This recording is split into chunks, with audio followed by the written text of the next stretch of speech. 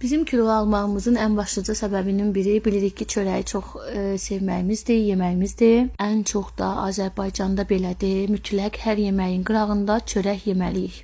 İnanın ki, mən özüm son vaxtlar dəhşət çəki almışam. Hardasa bir 5-6 kiloqram kökəlmişəm. Yəni videolarda da hiss olunur. Və bu mənim üçün də heç xoş deyil təbii ki. Yavaş-yavaş çəkilərim geri çəkilir, azalır. Belə. Çünki artıq yeməyimə fikir verirəm. Burada amma səhər yeməyimi mütləq yeyirəm. Mən çox vaxt yemirdim səhər yeməyini, heç sevmirdim, amma son vaxtlar yeyirəm. Görürəm ki, səhər yeməyini yeyəndə günorta və ya axşamlar acmıram. Daha çox tox qalıram. Burada çörəyi qəşəng sobada qızardıram. Çayı dəmləyirəm, evdən çıxmalıyam. Tələm-tələsik səhər yeməyimizi yeyirik, çıxırıq. Burada isə artıq gəlmişəm evə qaça-qaçla.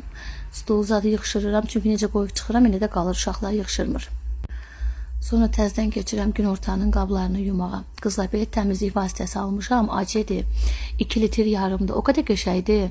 Onu sizə videosunda çəkib paylaşacağım, postumda da paylaşacağım, baxarsınız.